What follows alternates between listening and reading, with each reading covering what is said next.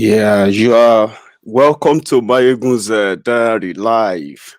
So this is Maiyegun Live, and if you read the caption of the broadcast, you can make your own contribution accordingly. Okay, so it's going to be another interesting afternoon, but let me warn you: if you are watching me for the first time, in your own interest, I would say please watch with an open mind so that the message the message in my presentation will not be lost on you. Okay. Yeah, you can be emotional. You can use all your emotion to, that's welcome. But do not let the message be the purpose of this broadcast to be lost on you. So share the broadcast, invite your friends, invite everybody that needs to be here. It's going to be warm. It's going to be hot tonight. Eh? I'm going to do the same. Uh, yes, I'm going to do the same. But before I continue, while we wait to share the broadcast, let me share this with you. You may be interested. And if not, let's just enjoy it. One sec.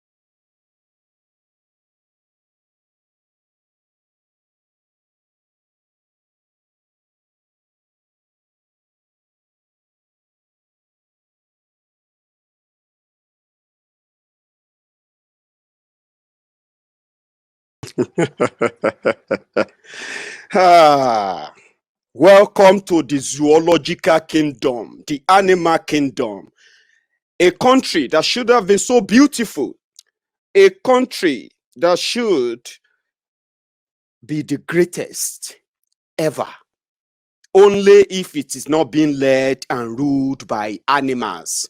Animals in human skins. Animals, they wear agbada. Animal, they put to suit. Animal, they wear animals. But we are coming there. The leadership of a country is a reflection of the people that live in that country. And this is a statement of fact. There is something called rape culture. Many of you who claim to be educated, you are just literate. You are literate simply because you can read and write, but you cannot assimilate. You cannot comprehend. Comprehension is the problem of majority. That is why rape culture is Nigerian culture. That is why it is better for you and me to begin to tell ourselves, I am not a Nigerian. Okay? When the opportunity will present itself, I will jump over. You know when they say jump off? Because rape culture is Nigeria culture. Rape culture, where you take things that doesn't belong to you because you feel entitled. You know, it is not just your politicians that feel entitled. Many of you naturally feel entitled to so many things, even though they don't belong to you. Entitlement. A girl that agreed to be your girlfriend come to your house. She's staying overnight. In the middle of the night, you want to have sex with her. She declined. You became angry, enraged. Then you forced her because your mentality told you it is your right. What is she doing? What is she doing in your house? Why is she on your bed? Why is she wearing a nightgown? A mentality that is animalistic naturally. But to so many of you who claim to be Nigerians, animals, that is normal. Why would a girl go to a boy's house when she's not ready to have sex? The same mentality that your criminal politicians also have. They believe that it is their entitlement to steal from you because you expected them to. When they don't steal, then they are not worthy of leadership. Or when they tell you they won't steal, you don't believe them because it is their entitlement to steal from you. It is their entitlement to become stinkingly rich by stealing from you. And it is yours to defend them because it may be your turn tomorrow. The animalistic mentality that many of you actually walk about. You are literate.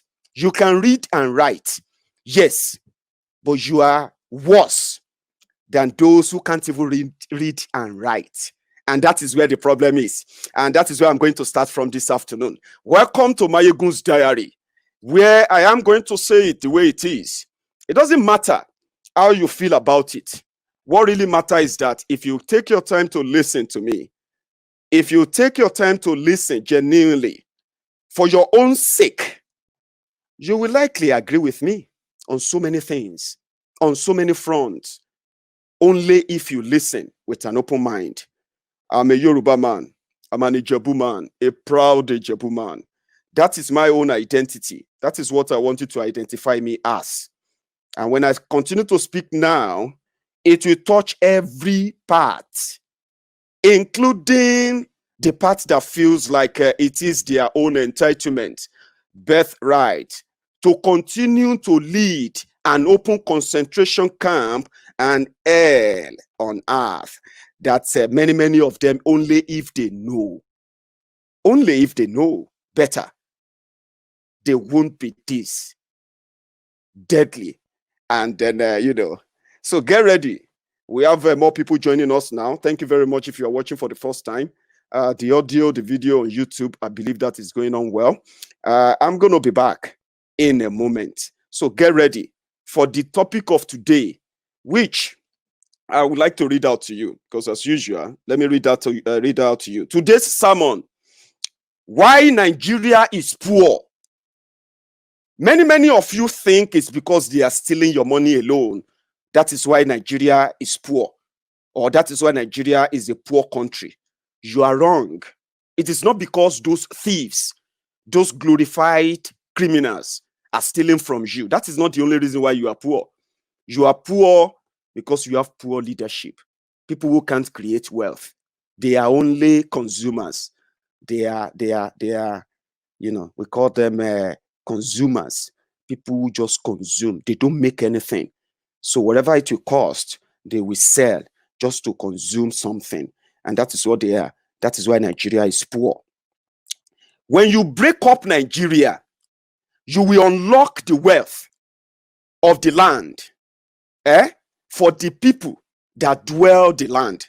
So if you love your people, if you love yourselves, you will know that being part of Nigeria, or your continued being part of Nigeria, either as a Biafran, or either as an Oduduwan, or either as a Arewa, or even either whether you want to call yourself Ijo, Ishekri Nation, anything you want to call yourself, any country that will work for you, right, is better than being part of Nigeria.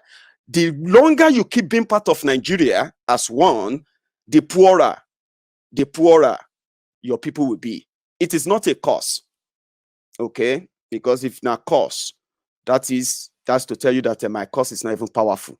Because with the prayer center you have in Nigeria, your pastors, your prayer centers, your imam, your mullahs, all the babalawos, all the witches, the wizard, and everybody, are they not tired of the way Nigeria is? So my curse, or whatever you call it, is not going to be the reason why you are going to be poor. You are going to be poor simply because you will continue to claim one Nigeria. As you continue to claim one Nigeria, the poverty will continue to grow. And it is not because they are stealing money from you alone. It's because they are stealing your existence from you. Until you break away from it, you will never understand and you will never realize it. We have mineral resources and human resources that will prosper the breakaway countries after Nigeria. You see, I'm going to paint a picture for you this afternoon. That picture is going to be about a possible country. This is not an imaginary country now. I'm going to give you a picture of a possible, successful, prosperous, independent countries out of the current contraption that everyone is trying to figure out how to make it work. It's not going to work. Trust me, it's never going to work. And you will know why this afternoon. Do not get emotional ignorantly. Listen attentively. You might find the strength you need to ask real questions from the fraudulent clowns parading themselves as one Nigerians.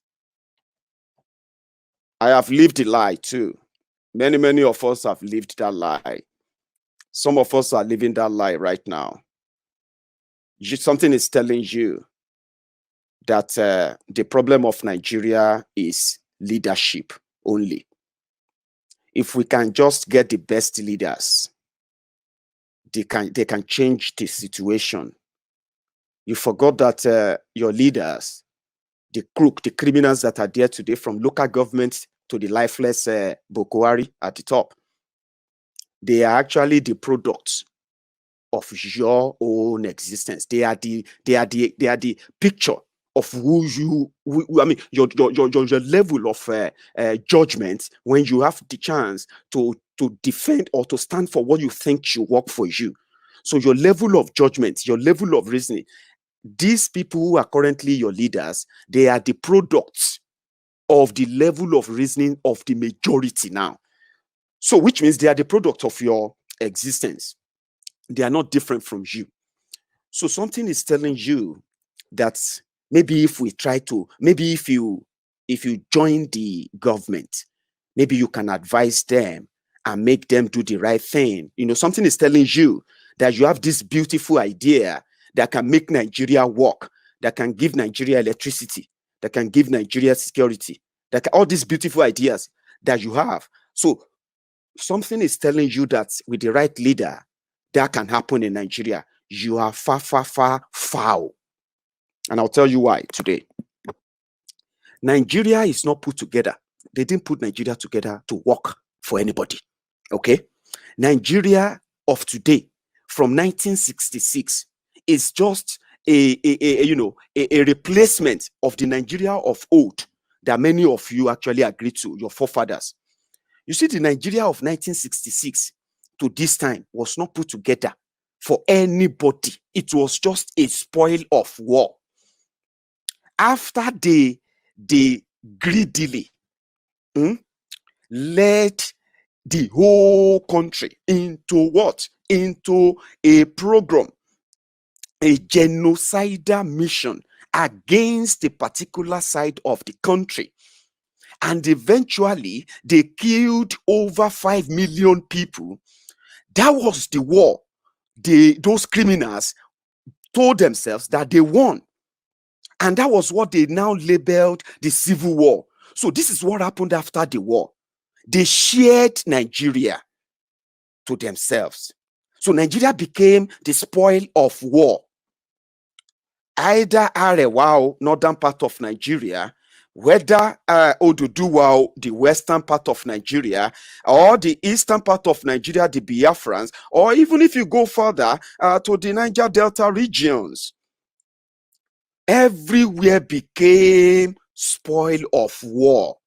So those who participated in the 1966 retaliatory coup, after that coup, and they took over power, they shared the political existence of Nigeria, the religious existence of Nigeria, the law that will make or determine the existence of Nigeria, the economic existence of Nigeria, and even to the point of your own personal existence as a Nigerian. So they decided on that. So they put together a new law. They put together an unwritten agreement and arrangement among themselves after sharing what they call Nigeria resources. Now, because they were criminals, they were thugs who never had any intention of ruling a country. They were just scavengers, scroungers, opportunists who have guns. And over time, people got used to them and it became the normal thing. This is what they did. They shared the oil existence at that time, right? They shared it to themselves, the generals. So the generals, those who managed to come public, to become public officials like ministers, head of state, this, that, defense this, defend that. They became, overnight billionaires. They didn't become billionaires by stealing your money in the treasury. No. They became overnight billionaire by sharing the spoil of war, which happens to be the economic, anything that gives economic power to Nigeria, instead of Nigeria to be the beneficiary and the Nigerians to be the beneficiaries of their natural resources, anything that creates wealth in Nigeria, be it the natural resources, be it a human resource, everything is shared by these guys. So it became obvious that they had no plan of developing any other means of sustaining the country. So every time they say you are generating $1 billion from oil, so to you, what they are doing is that is the royalty they are giving to you, because they are those who actually pump the oil themselves, the generals, after the Civil War, they called it. So they became owners of the oil rigs, and they made laws that says nobody must ever extract any natural resources or any mineral resources in Nigeria without the approval of the government of Nigeria. It doesn't matter who is the government. That is how smart they were, because they were the government. To you, you will see a president, but those who actually hold the economic power of the country, they were the criminals who took over power in 1966. And it became a battle. That is why they began coup after coup, overthrowing themselves, killing themselves, redistributing the wealth they stole from Nigerians, which they have now allocated to themselves. That is when you start hearing the Dan Tatars of this world. That's when you start hearing Danjumas of this world. That is when you start seeing all these private jet owners that have no name or any names at all in the northern part of Nigeria. You know why? They are the beneficiary of the sharing of the spoil of war after the 1966 coup. And everything that they have been doing since then has been that Nigeria's unity is non-negotiable. Nigeria is non-dissoluble. Nigeria is one united forever. Do you understand that? Who does that? Who made that arrangement? Who was there when that agreement was signed? Which part of Nigeria? How many tribes were there when they signed that Nigeria is indissoluble country? No, it was the use of force, the barrel of gun, that forced everybody to agree, or they will unleash another war. So this is what now created the overnight praise singers who call themselves the politicians, the civilian politicians, who happen to be the opportunists themselves. They were those who were to help the criminals who have taken over the resources of the country they said they love. That is why today Dangote can build refinery, but Nigeria cannot build refinery.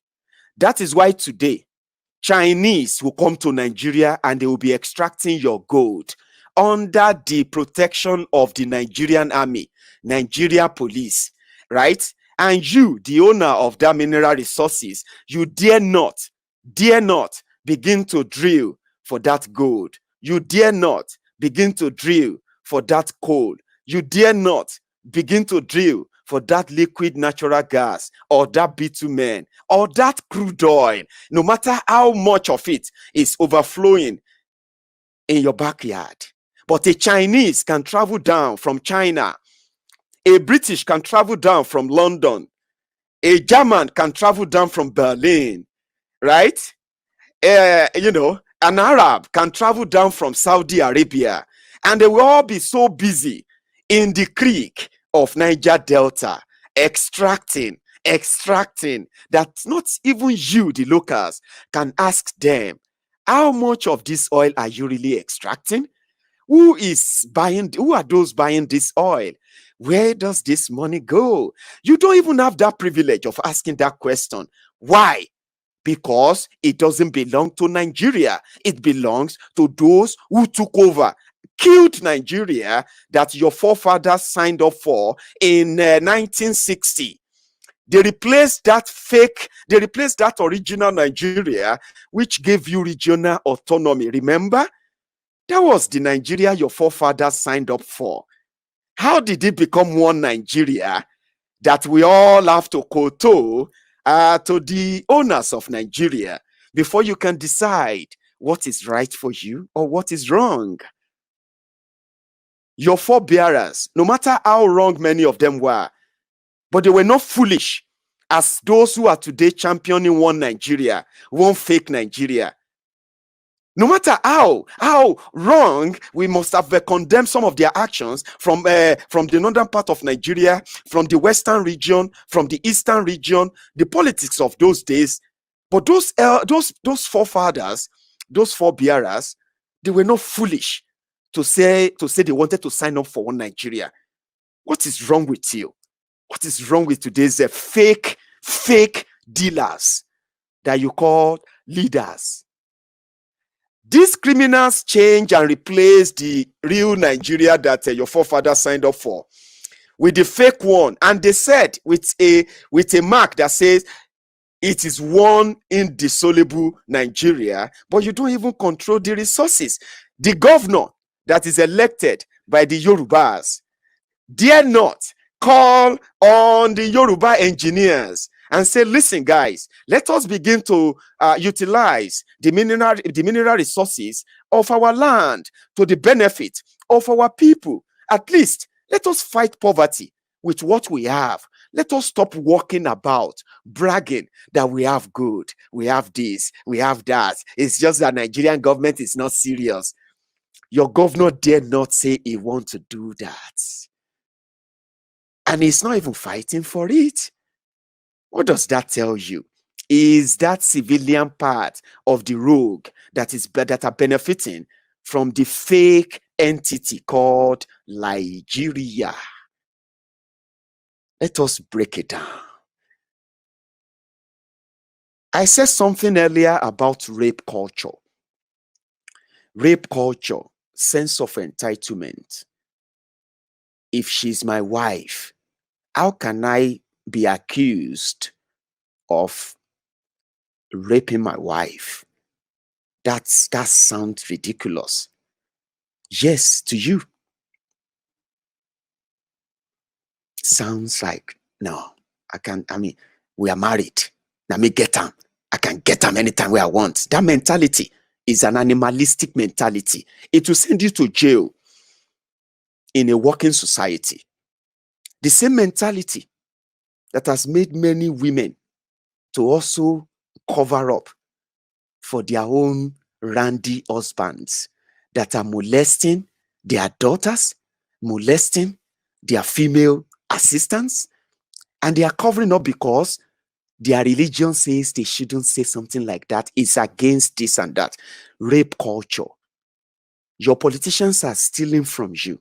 They are raping you without protection. They don't care that you will die if there is no hospital. They don't care that you will die if the roads are not properly constructed. They don't care that you will die if the police are not well equipped and well trained to protect you. They don't care that you will die. That if you have education, right? And all you need to do is to sell your body before you can get a job, a depression that has denied you and limited you from your opportunities due to all these criminalities. They don't care that you can die of depression. They don't care that that your business that is taking care of hundreds of people right now is about to go down the drain, and so many people are going to suffer for it. They don't care. So they still steal from you because they believe that they are entitled. How are they stealing from you? They know the poverty around. They are not fighting it. They are not pushing to end it. They are pretending to be managing the poverty. Meanwhile, they are also stealing from you. While they steal from you, they deny you all of these good things that can keep you alive, because they steal this money by all this, what they call the security vote. They steal it from this humongous allocation and allowances. They steal this money from all this unnecessary renovation, rebuying and rebuying of new cars and all of that. They waste all this money on all the irrelevant things because they feel like they are entitled to them. You even believe they are entitled to them. But you forgot that as they are taking and stealing from you to satisfy themselves with all this insatiable lust for the material things that always expires anyway, they are denying you the comfort that having a regular working healthcare system, that your children are being educated adequately and properly in a more conducive environment, conducive, secure, and safe environment. You don't care that what they are using the money for could have provided for all of that, because to you, they are governors, they are senators. Well, they are former governors. They can own cars, they can buy private jets, even if they don't have the capacity to do so, except they steal from you. It is the same thing that you feel, because to them, you have given them the power. You told them, you elected them, you rigged the election for them. So you've given them the power. They are entitled to, they are entitled to all of those things. Even though getting those things will deny you your own comfort. And you will die for lacking those basic necessities.